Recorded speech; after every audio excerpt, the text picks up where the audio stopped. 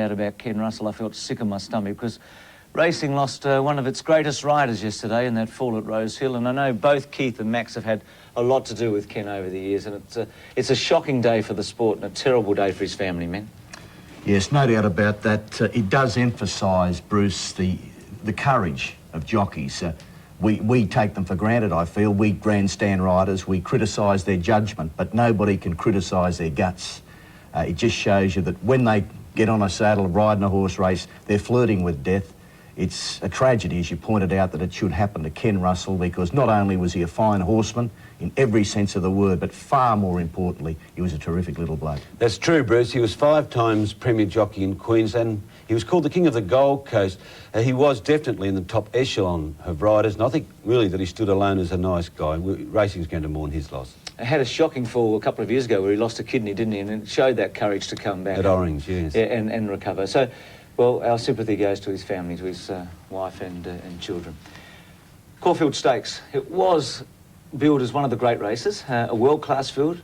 And what a contest up the straight. You know, 2 brothers, who I don't think we've ever seen before at a Group 1 level, and this brave naturalism who had to go through and accelerate through a gap, and that's a sign of a horse that's really trying, and he went through with Oliver and won. Oh, the race promised so much and it delivered it. Yes, it looked like the Phantom and his younger brother, the Phantom Chance, were going to keep the race in the family, but Damien Oliver, riding with demon-like qualities, and I think there was a reason behind that, pushed naturalism through, and he won the Caulfield Stakes on the horse that he'd been sacked from as his rider after defeat in the 1991 Victoria Derby. But the horse wanted to get there. That was the old naturalism. Yeah. That was the courage. That was the fight, the will to win, which has been lacking of late. Lee Friedman, master trainer that he is, he's found the key. He's got naturalism back. Max, I've not heard Caulfield echo to sounds with the roar that went up when naturalism won, and Damien Oliver flaring that reaction too. Great. Yeah, it was a really special moment in the sport, and maybe we're in for a similar thing in 2 weeks' time, Cox Plate Day. Let's go and have a look at the race and watch naturalism take this gap in the straight, because it closes a couple of times, and watch the courage of the horse and the great ride by Oliver. And Palace Rain is last of all at the 700-metre mark. Taoka Nick is being tackled for the lead very quickly here by Slight Chance. In behind them, the Phantom Chance is putting in a run, and also there over on the outside, making up ground quickly there is the Phantom, followed by Out Twistolite and Naturalism as they come up to the home turn. Reading a bit further back, being followed by Mannerism, and Vianda Cross a long way back, but starting to gain ground as they make the home turn. The Phantom in the centre takes the lead, tackled by the Phantom Chance on the outside as they head for home. Slight Chance behind them, Reading Naturalism under the web. Vianda Cross not in the hunt at the moment. The Phantom on the inside, and the Phantom Chance are locked together there, wide apart. The Phantom racing a bit greenly to the inside. The Phantom Chance takes the lead. Naturalism flying home. Naturalism in the centre, coming at this leaders. Naturalism's won the Caulfield Stakes, close for second and third. Well, so much to like about naturalism. What about the beaten division? Obviously, the Phantom, a remarkable story, being out of racing for 2.5 years. Yes, he drops 4 kilos, probably will run in the Caulfield Cup, and a great chance for flop, of course. Vianda Cross 5-4 favourite. Those odds were far too skinny pre-race. But look at him, widest runner in the pink, and that's the closest he ever got to putting himself into the picture, and that's been a race now. Oh, Keith, we mustn't overlook the fact that Vianda Cross lost at least 2 lengths at the start, sprawled at the start. Dittman got him balanced, he was checked early. You can forget that run. Palace Rain was in a similar predicament. Palace Rain finished last, and he was one of the form horses in the race. But he wasn't 5-4. No, he was 10-1, but nevertheless, as Keith pointed out, was Vianda Cross entitled to be a 5-4 chance. Now, both at their best. Certainly, there's not a half length between naturalism and Vianda Cross. Well, in the Rawson last year, I think one was 5-4 on and one was evens, and that's probably about what they should be. Is he injured, Vianda Cross? There's some thought Mick Dittman feared that, Bruce, because he did cross his legs and stumble at the start. Chris Turner, who trains, who is the owner and co-trainer of Vianda Cross, is not back from an inspection of the horse this morning yet, and John Wheeler's gone back to New Zealand. OK, more about that later. Sub-Zero, terrific run. Al Pompey, fair, and Reading show to return to form. We better... You spoke to Lee Friedman. You talked about the, the response, and he was just so happy after the race, Keith. And here's an extract from that interview. Lee, what a run and what a horse. Yeah, he's a sensation. I mean, when you see him tough it right out like that, it was like he was in Japan, Keith, wasn't it? Yeah, it sure was. Yeah. And Damien Oliver back on board. What a team. Yeah, great team, and I thought he rode him sensational. I was a bit worried when they got sandwiched at the furlong, but you can never underestimate this horse. I mean, he just pulled out everything the last bit. Next stop, Cox Plate, the race he probably would have won last year. Yeah, well, he's got to be right there, hasn't he? And after that, Lee? There, and we'll have Lee in He might be turning Japanese. Once that Japan Cup. Lee's got a big day tomorrow, though, hasn't he, with the Runyon case? Yes, there is an adjourned inquiry into the finding of a sample taken from Runyon. That is in the steward's hand, and as will continue, as you said, tomorrow, Bruce.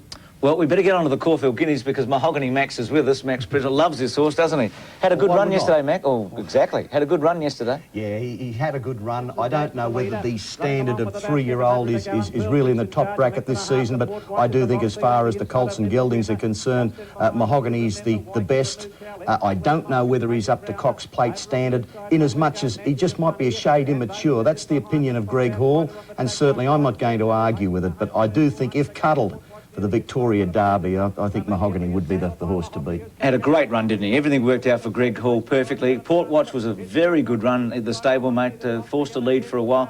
You'd say he would have no hope in the Cox Plate in a way, except 3-year-olds are very competitive in the Cox Plate and they don't have to be of the highest quality to run a race. I wouldn't be. I just think perhaps it might take too much out of him. But nevertheless, Lee Friedman is a great trainer, and I'm sure that Lee Friedman won't persevere with the Cox Plate if he feels that to be the case. Keith, what are your feelings on that Guineas? Yes, Lee Friedman did a great job to lift Mahogany up. He went to Sydney and didn't like the place much, as can be excused. Lee or Mahogany? Mahogany. Because Lee, I think Lee knows Sydney pretty... He did win there, Keith. What are you talking about? Yes, but he went on a downhill toboggan, as you tend to do in the Harbour City when you've been there for a while, Bruce. But Lee Friedman's got hasn't got Mahogany your habits, going. Keith, Don't like come the down horse here hasn't throwing got- your weight around. It's all right. The horse when you're hasn't got your bad 1,000 habits. kilometres apart, Hey, Max. Max, what bad habits has Keith got? Have you got a week? No, we've got 3 minutes. You finished, Keith? I'm only just starting. The Turak. Well, Golden Sword didn't... I'm not going to take Max's side. I'd hate to do that, but Golden Sword didn't mind Sydney. No, that's right. No. He did what Gun Sin did back in the late 70s, 79, won the Epsom, came here, won the Turak. 71, I think it was. 71, was it? Yeah. Thank you. Gun Sin went on and had a shot at the Cox Plate. He finished third in that, and that's the path that this horse, Golden Sword's going to take. Well, will he get a start in the Cox Plate? He's about to go to Neverending Shows. Remember how ridiculous it was when they wouldn't give Cole Diesel a start, Yes. who won the Turak and the Caulfield Cup. Will this horse actually get a run in the Cox Plate? I think they've got to put him in, Max, don't you? Oh, I'd put him in. I do think he could win the Caulfield Cup. Of course, he's not going to go in the Caulfield Cup. This is a top-class racehorse. This is an outstanding racehorse. The Cox Plate boasts of having the best field at the time, and to leave Golden Sword out, well, that would be a travesty because he is one of the best horses in Australia. I don't know about the mile and a quarter. Well, yes, certainly. One Well, of the hang best on, you're horses about to, Australia. you're about to Mile and a say quarter. you'd win the Caulfield Cup Yeah. over a mile and a half. Yeah, Make but up your that's mind. That's handicap conditions. Bruce, Keith. that's handicap We've conditions got the with numbers 53. here, Max. We've got the numbers. Cox Plate's 57 against the... Nevertheless, he'd be very competitive in the Cox Plate, but I think he'd be a better thing. Where's your class in the Caulfield Cup? There's not much. I've got to agree. Well, let's have a look at the favourite in the Caulfield Cup. It's this winner, Great Vintage in the Quickies. Loved this race yesterday. Pace on all the way. A real stayers test. Star of the Realm. Has to be sacked. I hate to say it. After yesterday. Had every chance. But in the event, which was a tip before the race, looked sure to win. But, gee, this can stay. The last 50 metres was impressive, Great Vintage, wasn't it? Well, she drops down to 47.5 kilos. There's probably not a top jockey in the land who could ride her at that weight next Saturday. 3 from the left at the moment. Sorry, Keith. Yes, she does finish the race off well. Let's put this into perspective. The horses who finished close to her, just behind her, are not cup contenders. This race, the winner of this race for the past 13 years has gone on and run in the Caulfield Cup, and not one of them has won it. That win, we might be just getting, and I'm not going to be, a little carried away with that horse, that mare, Great Vintage. Well, you spoke to Bart Cummings afterwards, and you put it to Bart. You wanted him to get carried away, but let's see his reaction. Bart, shades of Let's Elope now with this mare, Great Vintage. I wish he was as good. No, but she had a pretty game staying effort.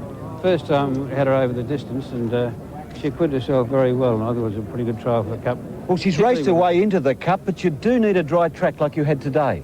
Oh, well, rain tonight, might find out before by the end of the week, who knows? What's your degree of confidence now, Bart, for next Saturday? Well, I think you got it, Keith. It's weather's the guiding influence now. If you get good track, well, we've got a pretty good show of the weight. You're saying that only the weather could beat her? Well, there's a few others that might too. And when you look at the market, the 2 hours, well, our Pompey's going reasonably. Our Tristolight's in trouble, I think. Needs blinkers, maybe. Innocent King, there's a query. Mannerism. Yeah, doubt whether Innocent King will get to the line. Well, and Runyon won't get to the line, so there's 2 hours. I think this horse could run at 5-2 or 2-1. If it gets a track to suit. Exactly. And it's bad odds because she's no Let's Elope. I mean, No, she's not. But she's getting into the race with a winning weight, isn't she? Yep. And Stephen she will King get is the better. likely She will rider. get better. That is the major. She's improving every week. And on yesterday, well, a good win, but nevertheless, she's got to improve on that, and she promises to do that. It's usually the second division, the Herbert Power, isn't it, compared with the Caulfield Stakes. Here is the Cup, by the way. This is the race, the trophy they'll be going for next week. Thanks to the VATC for bringing it in, one of the most prized possessions in the sport. Any owner would just die for that. Let's go back to Monday, the Metropolitan. Examination winning. He's run himself into Melbourne Cup calculations. It was a very good win, Max. I thought Azam was enormous here, the grey. Widest on screen now. And he must be some sort of a chance in the Melbourne Cup as well. Yeah, no doubt about that, Bruce, because he's got a big finish. He can put a very fast section on the end of his races. And for that reason, he's got to be a good chance in anything he contests. But Examination, as you can see, revelling in the conditions. And Examination is a very good, bad track horse. So if it comes up mud for the Caulfield Cup, don't you leave Examination out. And of course, you can't leave the grey out either because he has that ability. 1.5 kilos penalty for the Melbourne Cup and 2.5 for the Caulfield Cup on that win. Great vintage. Also the new favourite for the Melbourne Cup ahead of our Pompey. Viander Cross, well, he's still in the market, but he may not run. Innocent King is there at 10s, and there's 4 or 5 12s to 15s. Vintage crop, I notice, of 15, so they will be coming, those 2 horses with drum taps. We've got to go. Sadly. Yes, and Wednesday, Coonji and the 1,000 Guineas and then the Caulfield Cup. We'll see you both next week. It'll be our pleasure, I'm sure. Yes, mutually. I hope Max enjoys his stay in Melbourne over the next month. Coming